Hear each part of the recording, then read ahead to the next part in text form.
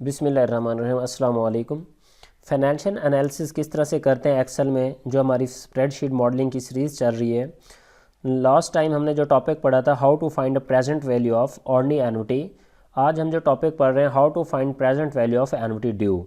तो annuity due को किस तरह से प्रेजेंट वैल्यू फाइंड करते हैं और किस तरह से हम अपने फाइनेंशियल डिसीजंस कर सकते हैं। तो स्टार्ट करते हैं। एक्सेल की शीट को ओपन करें। तो how to find present value of annuity due. Annuity due है क्या चीज़? N equal receipts or payment occurring at the start of the time period. ये जो टाइम लाइन है ये ऑर्डिनरी एन्युटी की है। अब इसमें देखें जीरो टाइम पीरियड पे कोई पेमेंट नहीं है, at the end of this time period है, ऊपर लिखा हुआ भी है एंड ऑफ ईच पीरियड। अगर यही पेमेंट हम स्टार्ट ऑफ द ईयर्स कर दें, मीन के ज़ीरो से स्टार्ट कर दें, 1000 जीरो टाइम पीरियड पे, फिर 1 पे भी 1000, इस तरह से, तो ये एन्युटी ड्यू बन जाती है। तो एन्युटी ड्यू की कैलकुलेशन और ऑर्डिनरी एन्युटी थोड़ी सी डिफरेंट है। वो क्या डिफरेंस है? ये जो हम पेमेंट्स कर रहे होते हैं, ये रिसीट्स कर रहे होते हैं, इसको पेमेंट बोलते हैं या पीएमटी से शो करते हैं।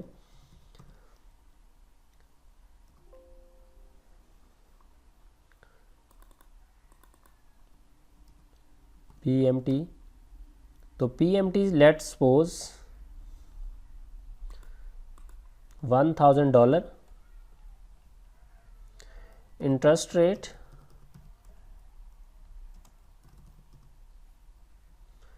10%, नंबर ऑफ ईयर्स अज्यूम कर लेते हैं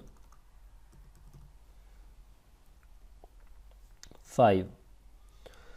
तो ये डाटा गिवन है, इससे हमने क्या करना है, एन्युटी ड्यू की प्रेजेंट वैल्यू फाइंड करनी है।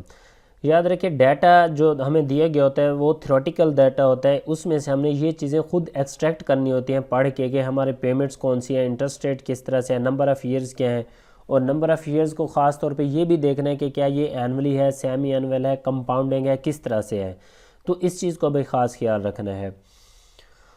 तो इसके बाद फाइनेंशियल एनालिसिस के बहुत सी और वीडियोस भी आने वाली हैं, उसको भी आपने देखना है। अगर आप अच्छा एक एनालिसिस करना चाहते हैं या फाइनेंशियल फंक्शंस का यूज़ करने में एक्सपर्ट बनना चाहते हैं तो हमारी आने वाली तमाम वीडियोस को देखते रहें। तो सबसे मैं यहाँ पे लिख रहा हूँ present value of annuity,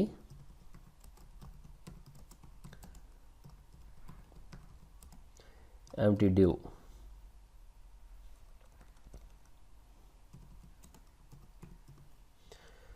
functions put करेंगे इक्वल, तो पी वी लिखेंगे, यहाँ पे पैरेंथेसिस ओपन करनी है। सबसे पहले रेट का, रेट हमारे पास है जी 10%, सेल को सिलेक्ट करना है। उसके बाद है NPER, NPER stand for number of periods, तो मैंने 5 ईयर अज्यूम किए हुए हैं।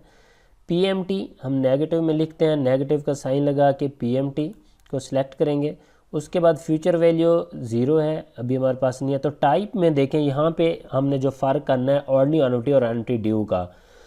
इससे पहले जो हमने पढ़ा था how to find present value of ordinary annuity, तो ऑर्डिनरी एन्युटी के लिए इसके बाद मैंने 0 को सिलेक्ट किया था क्योंकि 0 यहाँ पे डिनोट कर रहे हैं एंड ऑफ द पीरियड, और 1 जो है वो बिगनिंग ऑफ द पीरियड। अब दोनों एन्युटी का जब तक आपको कंसेप्ट पता नहीं होगा तो आप डिफ्रेंशिएट नहीं कर सकेंगे कि एट द एंड है या बिगनिंग है। अगर तो है ordinary annuity at the end of the beginning, at the end of the period, फिर आपने 0 लिखना है। और अगर है और एन्युटी ड्यू तो वो होती है beginning of the period payment या रिसीट, तो उसके लिए आपने 1 सेलेक्ट करना है। क्योंकि हम एन्युटी ड्यू की प्रेजेंट वैल्यू पढ़ रहे हैं तो 1 सेलेक्ट करेंगे और पैरेंथेसिस क्लोज करेंगे, एंटर प्रेस करेंगे तो ये हमारे पास एन्युटी ड्यू आ जाएगी। और हमेशा याद रखें प्रेजेंट वैल्यू जो एन्युटी ड्यू की होगी वो ऑर्डिनरी एन्युटी से ज़्यादा होगी। ठीक है जी।